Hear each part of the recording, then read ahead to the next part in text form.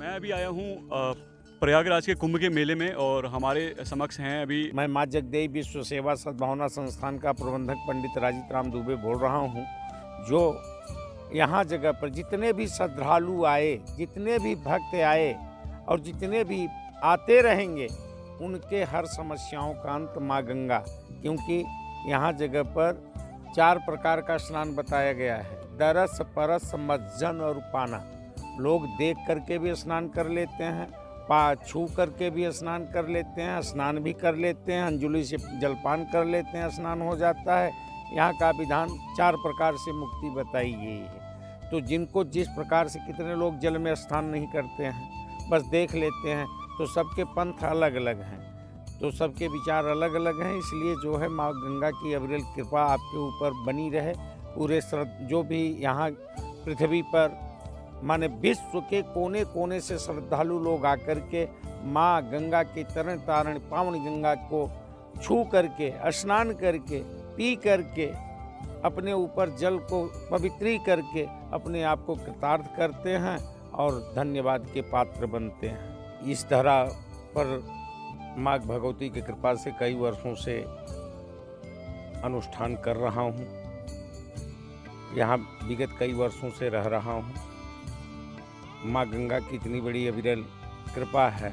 यहाँ कई हजार संत आते हैं, श्रद्धालु आते हैं, कल्पवासी आते हैं।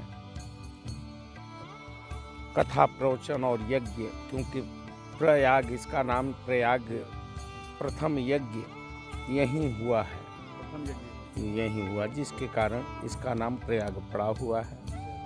प्र माने पहला, यज्ञ माने यज्ञ।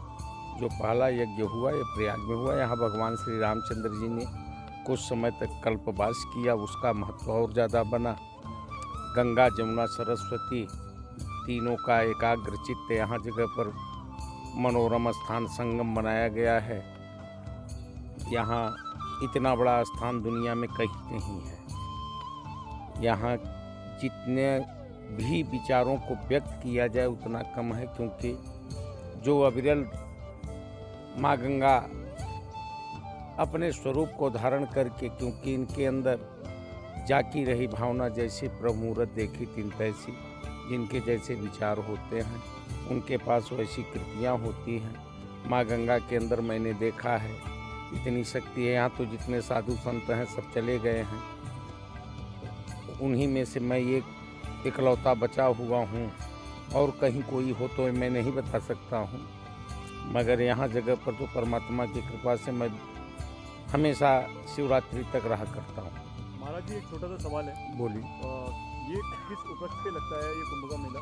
ये माघ का या कुंभ का मेला, और इसका इतिहास क्या है? इसका इतिहास बहुत प्राचीन है, क्योंकि तुलसीदास जी रामायण में लिखे हुए हैं कि माघ मकर रवि गति जब होई, तीर्थपति आव सब कोई। यहाँ जगह पर जब माघ का महीना आता है, जिस समय मकर राशि के स्थान पर सूर्य अपने रूप को धारण करता है, उस समय यहाँ जगह पर कई वर्षों से जो भगवान रामचंद्र जी के ज़माने में, आज तो इतना बड़ा सुविधा मिल गया है। पहले तो यहाँ मिट्टी के तेल से और बिजली का तो प्रभाव कतई था ही नहीं। तो यहाँ का जो सबसे बड़ा स्वरूप भगवान राम के द्वारा प्राप्त हुआ। दूसरा जो है यहाँ के भरद्वाज ऋषि बसहि प्रयागा।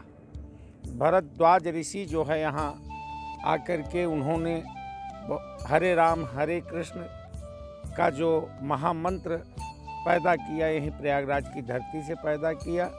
यहाँ का मनोरम गति माँ गंगा की बहुत बड़ी कृपा है।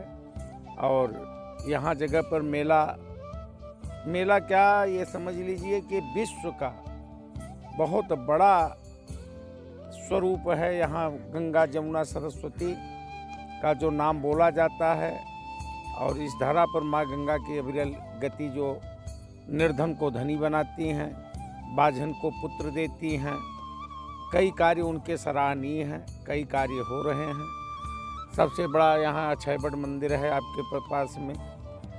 भगवान हमारे लेटे हुए हनुमान जी बगल में बैठे हुए हैं। सब यहाँ जगह पर उनकी चित्र जो है बहुत बड़ी BVIP एरिया में रेड जोन के अंतर्गत आप आए हुए हैं। ईश्वरीय शक्ति आपका कार्य पूर्ण रूपेण ढंग से करते रहे।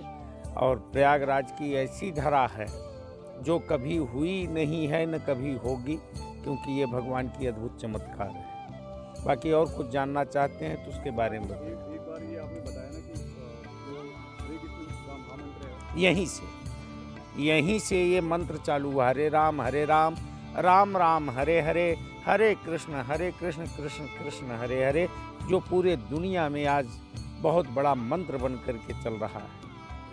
हाँ, अच्छा महाराज जी, इसका जो इतिहास है संगम का, तो संगम कैसे हुआ? संगम में यहाँ गंगा यमुना, गंगा जी आप हरिद्वार से अपना रूप बना करके दक्षिण वाहिनी, और यहाँ से संगम माने यमुना जी अपना पश्चिम वाहिनी। तो ये दोनों जा कर के जहाँ एक जगह पर एक कोने पर त्रिकोण स्थिति में बनते हैं, जहाँ दोनों मिलते हैं वहीं सरस्वती का वास हो जाता है। आज भी आप जाएंगे तो एक दिन ऐसा आता है जैसे आपका माघ के महीने के जो जिस दिन आप मकर संक्रांति मनाते हैं, उस दिन अगर आप 4 बजे से लेकर के 5 बजे भोर में देखेंगे तो आपको एक रेखा आपको अविरल दिखाई पड़ती है, वही एक दिन। हाँ, बाकी आप पहचान ले सकते हैं कि कैसे किस प्रकार से ये गति चलती है इनकी। वो चीज़ आपको आज भी दिखाई पड़ता है कि जमुना जी का नीला पानी और माँ गंगा का धुंधला पानी, माने सफ़ेद, हाँ सफ़ेद पानी उनका जल होता है। पानी बोलना तो निषिद्ध है, जल, क्योंकि उनका जल अविरल बह रहा है और इनका भी जल एकाग्र होता है। जमुना जी का जल एकाग्र होता है, माँ गंगा का जल अविरल चलता रहता है, जिसके कारण इन दोनों का यहाँ समागम हुआ है, इसलिए इनका महत्व बहुत तगड़ा है। हर हर महादेव, जय माँ गंगे, गंगा मैया आपकी कृपा करें, जय माँ।